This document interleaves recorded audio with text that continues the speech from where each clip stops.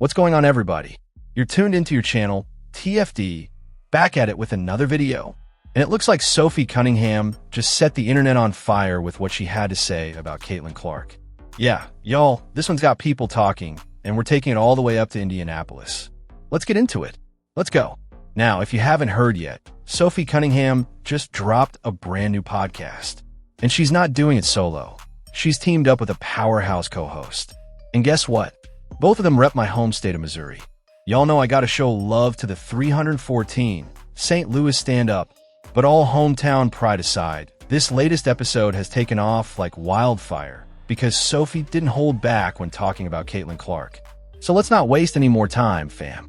Let's pull it up and break it all down right now. All right, so what we got here is the brand new podcast called Show Me Something.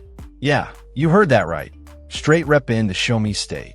Missouri stand-up baby. Now this podcast is where the WNBA crosses paths with Bravo drama. I'm talking about a wild mix brought to you by none other than Sophie Cunningham and Wes Wilson. And check this out, y'all. Turns out these two have actually been tight for a minute now. Longtime friends finally bringing that chemistry to the mic. Ain't that something? Exclusive. The Volume is making its next move beyond sports. The brand's newest podcast pairs Indiana Fever guard Sophie Cunningham with Summer House breakout Wes Wilson. Longtime friends from Columbia, Missouri, the two link up weekly for Show Me Something, a fast-talking, no-rules show covering sports, pop culture, and everything in between. First episode is out now. They join a growing Volume lineup that includes new Rory and Mal, Fat Joe, and Jada Kiss Joe, and Jada, and Angie Martinez as IRL. The network's pushing into new territory and betting big on talent that can move between worlds. All right, now for those of y'all who might not be familiar with Volume Entertainment, let me break it down real quick. That's actually the media company owned by Colin Cowherd from FS1. Yeah, this is his setup, his platform. Now with that out the way, let's get to what's really got the internet going wild right now. This next clip right here, man, it's everywhere. Sophie Cunningham just dropped some serious words about Caitlin Clark, and folks have not stopped talking since. So enough talk. Let's roll the clip. But I think it's also ironic that, well, Caitlin Clark plays for the Indiana Fever. Yeah. Which I don't know if a lot of people would consider Indiana to be the biggest. But, I mean, it is now. It is. Wouldn't you say? Because of her. Yeah. Literally. Yeah. Yeah.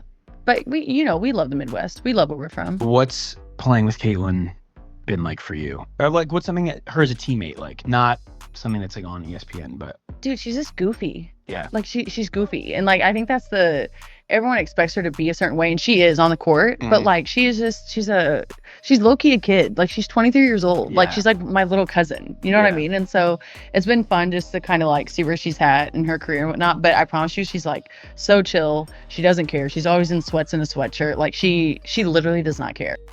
Now that right, there was Sophie Cunningham speaking on Caitlin Clark. But she didn't stop there.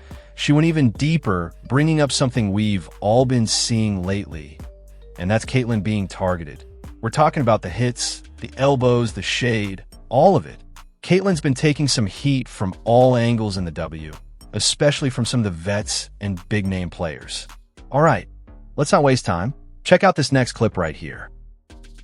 You have seen players in our league try to like toughen up Caitlin. We call her Cece. Cece.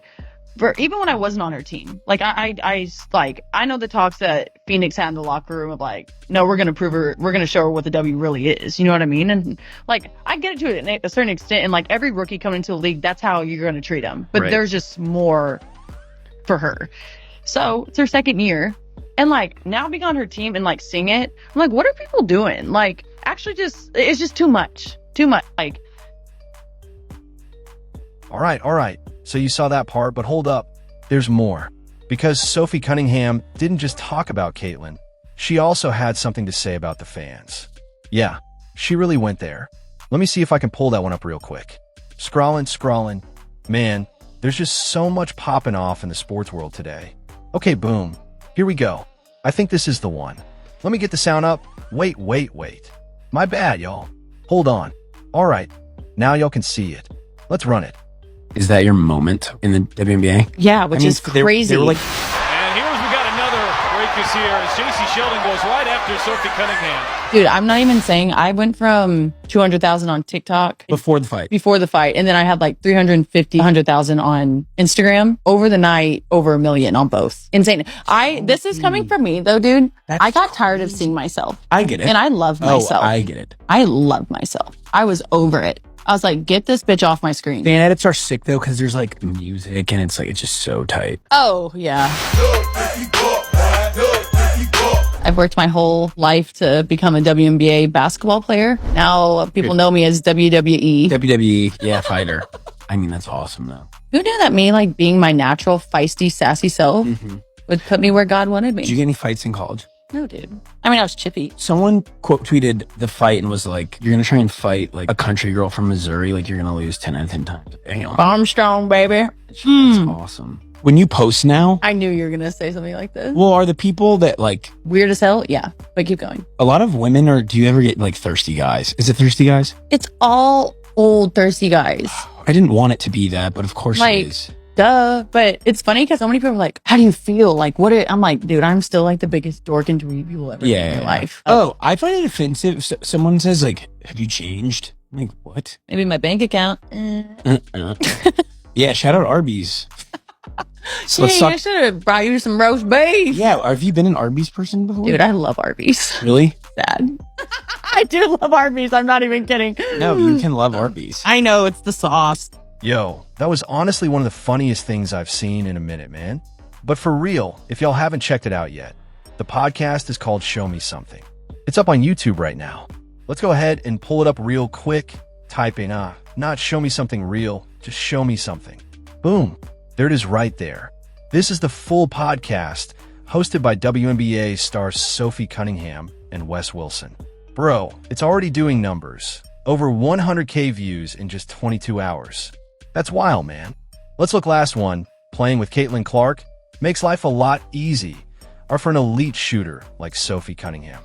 What's playing with Caitlin been like for you? Dude, she's just goofy. Yeah. Everyone expects her to be a certain way, and she is on the court, but like she's low-key a kid. Like she's 23 years old. Like she's like my little cousin. Like, has her game changed the way you play? Well, I just think that like the style of basketball is like more of an motion offense, which is like right up my alley. For someone who cuts and can shoot the ball, like I am freaking licking my chops every single game she plays, because when she draws so much attention, dude, cutting, shooting, like duh. So like, yes, of course. Do you think with Caitlin out, have you had to like kind of like rise up? Yeah, I think everyone has had to. Are you second best shooter after her? Percentage wise or like efficiency? I guess that's the same thing. Yeah.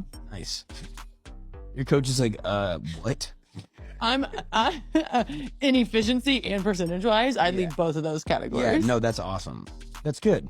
Same category. Anyway, I don't even know if I lead those, but I think that's the cool thing about our team is we have a lot of great shooters. But I have been shooting the shit out of the ball lately. But we all, you know, the highs and lows of season. I know. Like everyone goes through that. But anyway, I'm curious what you guys think about this whole podcast, especially the part where Sophie was talking about Caitlin Clark, the targeting, and what was said behind the scenes. Because look, Sophie straight up said there were convos in Phoenix like, we're going to show Caitlin what this league is really about. Bruh, that sounds like straight up targeting. And in sports, that's not just shady. That's a serious issue. I mean, we've seen stuff like this before. Remember that whole scandal with Sean Payton back in the day? Bounty Gate, where they were putting money on knocking Brett Favre out the game. Yeah, that's what this is starting to sound like.